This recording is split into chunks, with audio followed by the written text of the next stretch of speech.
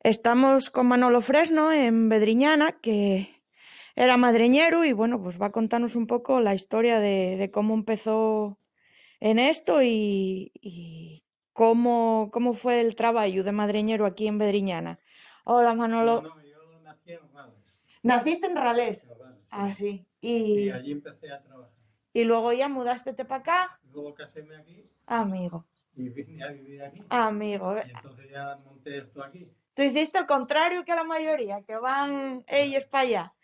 Y Y empecé, había un taller cerca de casa sí. que tenía 7, 8 obreros. Ah, qué jolín. Sí, de aquella cines a mano. Sí, claro, claro. Y yo íbame con ellos y iba haciendo algo. Sí. Y luego aquel taller fue de quiebra y quedó el dueño solo. Ujú, Y yo estuve con otros dos perfeccionándome un poco mm. y después acabé trabajando con él Bueno. hasta que luego ya me puse por cuenta mía. ¿Y cómo se llamaba el taller? Bueno, el taller era en San Feliz de Rales, Ajá, pero nombre no tenía. Trabajaban allí en un local que tenía ajá. y no.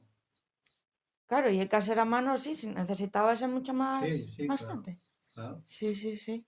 Y después estuve con él 2 o 3 años Ajá. y luego ya me puse por cuenta mía. Ujú. Y luego cuando vine para aquí fue cuando ya puse, Ya te mecanizaste. sí, ya puse las mecánicas. Sí, sí, sí. O sea, ¿cómo te dio? ¿Por necesidad de trabajo o porque te...? Bueno, porque me iba con ellos allí o sea, iba haciendo y fue lo que más apodo tuve. Ajá. Yo de aquella gustaba más ser albañil, Ah, bueno. Mm. pero bueno, también lo practiqué algo, estilo Cali yo y Sí. muchos Se le da más. bien, ¿eh? Se le da bien la albañilería. No, a ver, normalmente el que lle hábil, o sea, el que lle hábil de manos, vale para casi todo.